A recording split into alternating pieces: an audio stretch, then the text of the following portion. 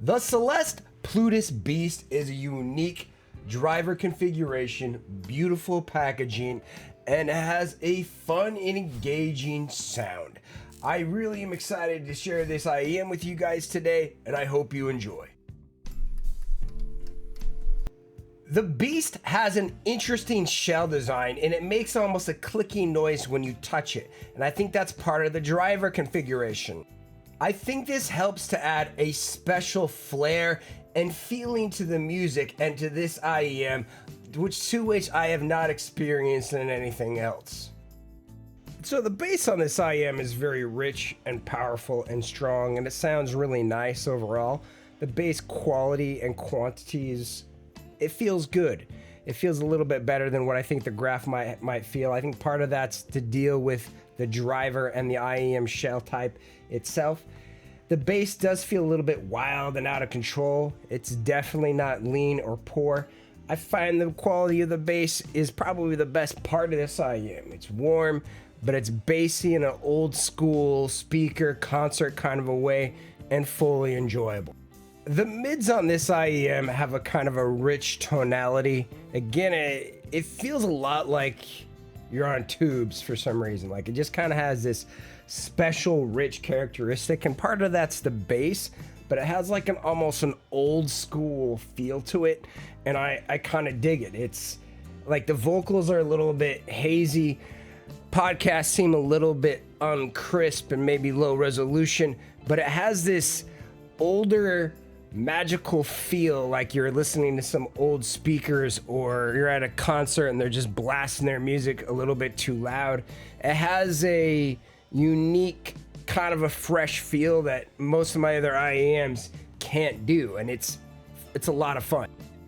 All right, let's get on to the treble. Now, as we get into the treble, a lot of you will notice the 2K peak, and I'll try to maybe notice it and talk about it, but it does have a little bit of energy there, and it feels like you're walking into a large amphitheater, and you can almost hear that reverberation against the IEM when you can hear that, like almost like those vocals. And so what it does is it kind of creates this real life, natural kind of a concert feel to what I'm hearing. And again, on certain music, like on certain electric guitar hits, it does come across a little bit too natural and I'm getting too much reverberation. But when this IEM does hit, it hits in a very special, magical kind of a way, and it feels really good and really unique and special, and nothing else on my desk can do this. The shell design feels very similar to its sister or brother, the HifiGo. They're both small shells that fit really well. They're extremely comfortable for me, and I have no issues with the shell design as a whole. I like how it's slightly see-through and you can kind of see it. I think it's really beautiful. Onto the cable. I think the cables on both these IEMs are really good. I think the Celest Plutus Beast has a nice cable. It has a nice shimmer. It has nice ear tip connections. Its case has a beautiful brown leather color, has a nice little pocket on the inside, and it is a fully enjoyable, well-packaged experience where I've had a lot of IEMs on my desk, even the past 2 months, that have been at the same price or more and absolutely horrific. Looking at you, Zigat and Ursino, it's just horrible. If you can see, it has a pretty nice even dip. I guess the only really problem we have is that it has a little bit of a 2K spike. And there is some interesting things about this IEM. Let's take a moment and compare this to some other ones. All right, so if we look at the Kinera HifiGo, the Kinera HifiGo, if you notice, let's say if we normalize this at 600. All right, so this is normalized at 600, and you can see the Celest Plutus Beast has pretty nice bass response throughout most of it and through the mids, and so it does have a pretty good response, all things considering. And as it goes up into 2K, it does have quite a bit of energy there at 2K. So let's go ahead and, if you compare these two, this HifiGo is a lot bassier. The HifiGo does have a little bit earlier ear gain, which I'm kind of not a fan of.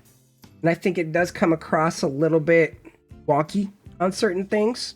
Okay, and the next IEM I want to look at is the Kiwi Ears Forteza. The Forteza is a pretty new IEM. It costs about $55 to $60. It's on Linsol, and I just haven't got around to reviewing it yet.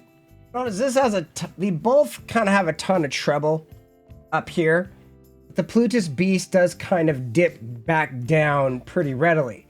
So while the Kiwi Ears Forteza is just like a treble monster and just way too much treble for me, the Plutus Beast just kind of hits just a little bit at that 2K, but I think it kind of helps the driver technology kind of give this almost reverberation and an echoing effect to the driver, and I think it's almost a cool effect. I have noticed a few tracks that I'm not super a fan of that 2K peak on, but a lot of times it sounds really good when it reverberates and kind of echoes across the IEM using that bone conductor driver. And it's a really cool effect. All right, let's talk who this IEM is for. I think it's a very interesting IEM, and it's kind of difficult to talk about exactly who this is for. First of all, we have our $50 a year people. I don't think this is for them. The medium cost, the people that are going to spend, for one headphone, once a year and then get out of the hobby, I think this is kind of a maybe to them. I think this isn't a bad IEM, but it's not necessarily what everyone should get. I think the target for this IEM is for your middle class collectors, the people that already have a couple of sets, they already have a linear set, and they don't really need another one. They want a fun set. They want to try a bone conductor driver, and this is kind of for them.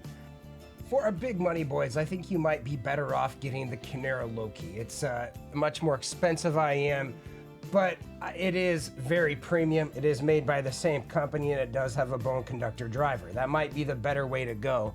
I think this is a little bit more marketed towards your lower end people, or people who just really want to try a bone conductor driver. I think that IEM is a little bit more refined and a little bit more of a easy recommend for the sound, but for the price, it is extravagantly much more expensive at $3,100. For its cost, this IEM is really special. I'm going to give it a solid 4-star rating. I think it's good. I think it's imperfect, but I also think in that imperfection, we have a great deal of fun and engaging experience that makes some of my music just pop and make me feel like I'm at a concert and I'm a kid again. It's so much fun. I hope you enjoyed watching. You're still here. It's over. Go home. Go watch another IEM video. It's done. That's the entire video. What more do you want?